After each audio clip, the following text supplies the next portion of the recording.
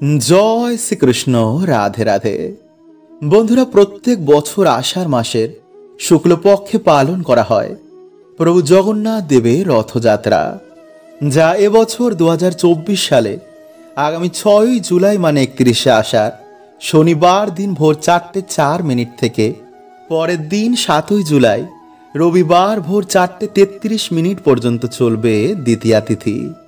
ফলে উদয়া তিথি অনুসারে আগামী 7 জুলাই রবিবার দিনই পালন হবে 2024 সালের রথযাত্রা। শাস্ত্র বলছে যে এই দিনে আমাদের সামান্য কিছু কার্যে প্রভু জগন্নাথ দেবের কৃপা, মা লক্ষ্মীর কৃপায় জীবন ভরে ওঠে। ফলে বহু জন্মের দুঃখ, দারিদ্রতা, পাপ ভগবান হরণ করে নেন। এবং এই দিনে কিছু সামান্য ভুলেও কিন্তু বন্ধুরা গৃহে সুখ, শান্তি, সমৃদ্ধি নাশ হয়। তাই এই দিনে আপনার এই ভুলগুলো করবেন না। এই মহাযোগে রথযাত্রার দিন এই সামান্য ফুল আপনারা পেলে একদমই হাত ছাড়া করবেন না। এবং তুলসী তলায় এই দিনে সামান্য কার্য যদি আপনারা এই দিনে করতে পারেন, তো স্বয়ং প্রভু জগন্নাথ দেবের কৃপায় আপনাদের বাড়ি ভরে উঠবে। তাই বন্ধুরা, আজকের এই ভিডিওতে আমরা জানবো যে এই রথযাত্রার দিন আপনারা কি কি করবেন না, কোন খাবার খাবেন না এবং কোন খাবারটি আপনারা অবশ্যই এই দিন গ্রহণ করবেন। তাই বন্ধুরা, অবশ্যই ভিডিওটি পুরো দেখবেন। নাম্বার 1, বন্ধুরা, রথযাত্রার দিন সকালে ঘুম থেকে উঠেই কারোর মুখ দেখবেন না। সবার প্রথম সকালে ঘুম থেকে উঠে প্রভু জগন্নাথ দেব অথবা রাধা কৃষ্ণের দর্শন করুন। নাম্বার 2, রথযাত্রার দিন কোনো রকম ঝগড়া, ঝামেলা, অশান্তি বাড়িতে একদমই করবেন না। যতটা সম্ভব বন্ধুরা এগুলো আপনারা এড়িয়ে চলুন। নাম্বার 3, সেই দিন বাড়িতে কোনো রকম বন্ধুরা আপনারা জঙ্গল পরিষ্কার করবেন না বা গাছপালা জাতীয় কোনো কিছু একদমই কাটবেন না। নাম্বার 4, সেই দিন কোনো রকম জীব হত্যা বন্ধুরা ভুলেও কিন্তু করবেন না। কারণ প্রভু জগন্নাথ দেব হচ্ছেন জগতের নাথ, এই সৃষ্টির সকল জীব তারই সন্তান। তাই অযথাই বন্ধুরা বিনা কারণে কিন্তু এই কার্যটি করবেন না। তো চলুন বন্ধুরা, এবার আমরা জেনে নিই যে রথযাত্রার দিন আপনারা কোন খাবারগুলি খাবেন না। নাম্বার 1, কলমি শাক। বন্ধুরা, এই দিন আপনারা ভুলেও কিন্তু কলমি শাক খাবেন না, নইলে বিভিন্ন ধরনের শারীরিক সমস্যাও আপনারা দেখতে পারেন। নাম্বার 2, তেতো। বন্ধুরা, এই রথযাত্রার দিন আপনারা কিন্তু কোনো রকমের তেতো যেমন উচ্ছে, করলা, নিমপাতা এগুলি খাবেন না। নাম্বার 3, কোনো ধরনের আমিষ খাবার আপনারা এই দিন খাবেন না, যেমন মাছ, মাংস, ডিম এই সমস্ত ধরনের খাবার সেই দিন আপনারা কিন্তু বর্জন করুন। এছাড়া বন্ধুরা এই দিন কোনো রকম নেশা জাতীয় খাবার ভুলেও কিন্তু মুখে তুলবেন না। তো চলুন বন্ধুরা, এবার আমরা জেনে নিই যে রথযাত্রার দিন আপনারা কোন খাবারগুলি মুখে তুলবেন। নাম্বার 1, কাঁঠাল।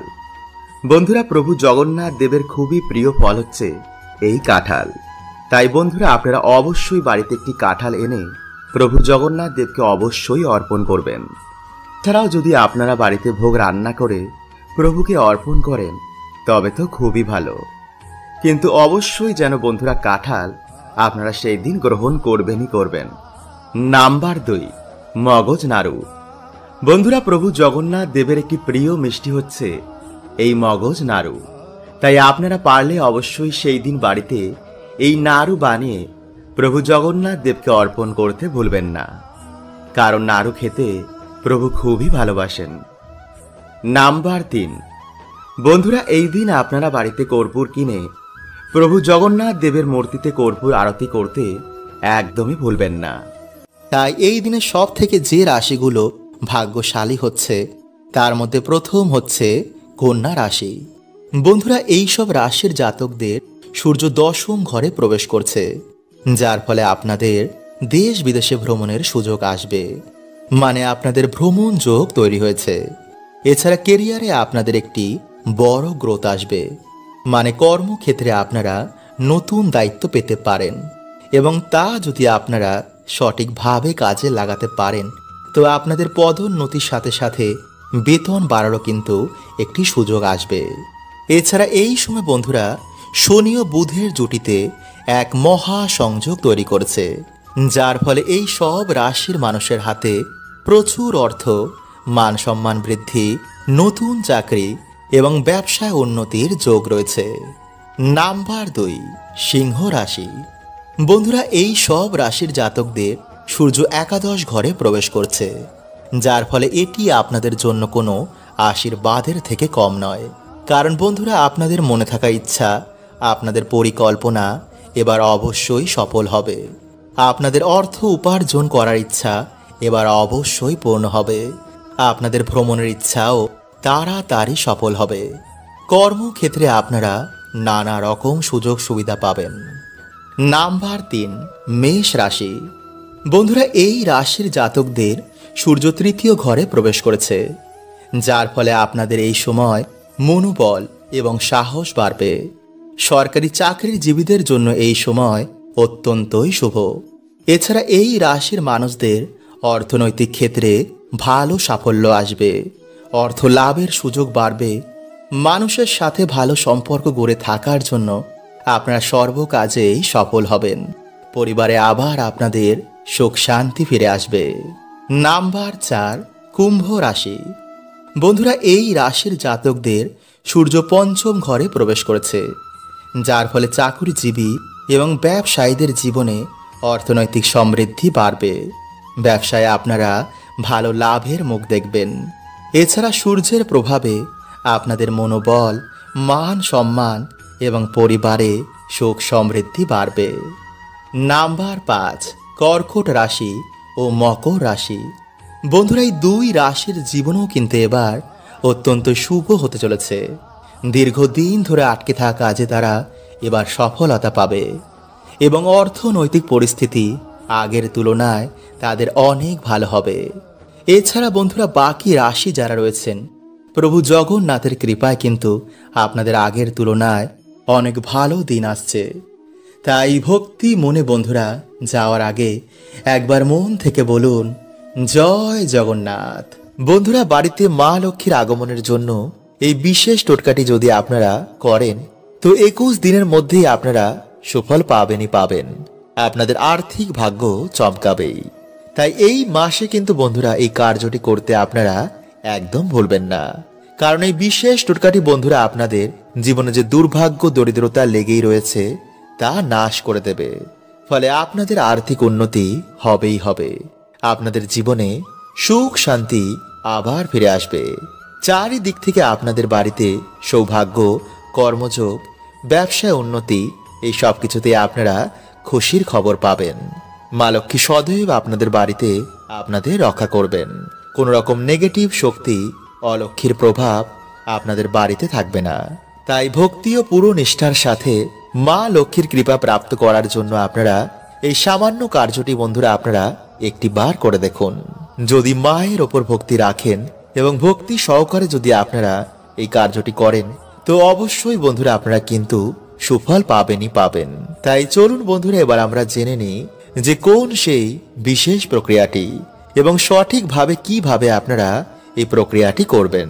তাই বন্ধুরা ভিডিওটি একটি লাইক করে কমেন্টে আপনারা বলুন হর হর মহাদেব ও জয় শ্রীকৃষ্ণ এবং সাথে বন্ধুরা আপনারা বলুন হে মা তুমি সন্তানের বাড়িতে একটি বার এসো।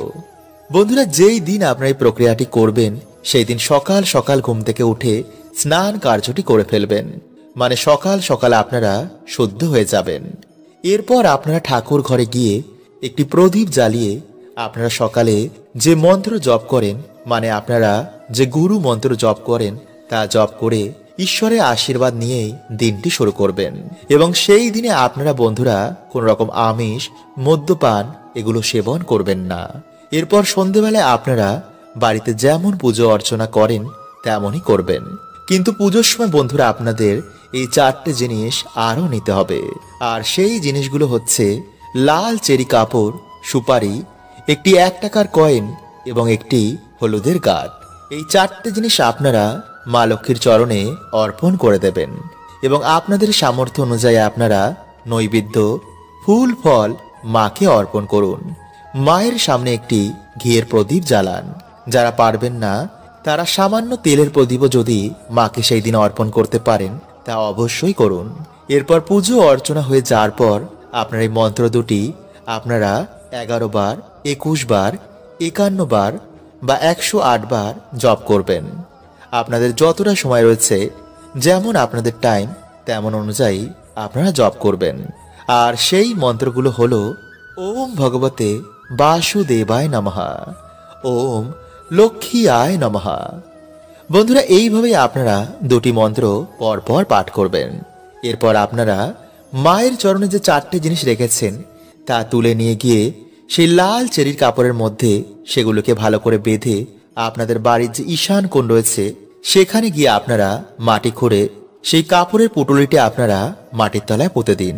যদি আপনারা পারেন তো আগে থেকে আপনারা মাটি খুঁড়েও রাখতে পারেন, কিন্তু সেই দিনই বন্ধুরা আপনাদের এই কার্যটি করতে হবে। পারলে আপনারা সেই মাটির ওপরে কোনো গাছ লাগিয়ে দিন, যেমন তুলসী গাছ বা কোনো শুভ গাছ। এতে সেই জায়গাটিকে বন্ধুরা আপনারা সহজেই চিনতে পারবেন। আর প্রত্যেক দিন স্নান করে এসে সেই গাছের গোড়ায় আপনারা জল অর্পণ করুন এবং সন্ধেবেলায় আপনারা প্রদীপ দেখান। এবং যারা ফ্ল্যাটে থাকেন, যাদের বাড়ির ঈশান কোণে কোনো মাটি নেই বা জায়গা নেই, তারা টবের মধ্যেও এই কার্যটি করতে পারেন। তাই চলুন বন্ধুরা, বেশি দেরি না করে এবার আমরা জেনে নিই যে কোন সেই ফুল। বন্ধুরা, পদ্মপুরাণে অনুসার আপনারা যে কোনো সুন্দর ও সুগন্ধি ফুল আপনারা ভগবানকে অর্পণ করতে পারেন। তবে রক্তবর্ণ, গন্ধহীন, অকালে উৎপন্ন হওয়া এই সমস্ত ফুল ভগবানকে অর্পণ করবেন না। পদ্মপুরাণে বলা হয়েছে, পোকা মাকড় লাগা, মাকড়সা বাসা করেছে জীর্ণ শীর্ণ এমন ফুল দিয়ে ভগবানের পুজো করা উচিত নয়। জ্ঞানমালা শাস্ত্রের অনুসার করি অবস্থায় কোনো ফুলকে ভগবানকে অর্পণ করবেন না। বাসি ফুল অযোগ্য হলেও পদ্ম, বকুল এই সমস্ত ফুলে কিন্তু কোনো দোষ হয় না।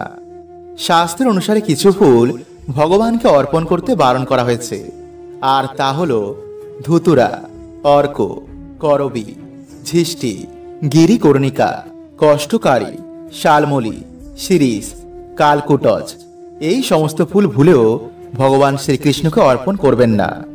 আর যে সমস্ত ফুল ভগবানের খুবই প্রিয় তা হল মাধবী লতা, কৃষ্ণকলি, কদম, চন্দন জবা, টগর এই সমস্ত ফুল আপনারা ভগবানকে অর্পণ করতে পারেন। তো আজকের মতন বন্ধুরা এতটুকুই। দেখা হবে পরের ভিডিওতে। হরে কৃষ্ণা।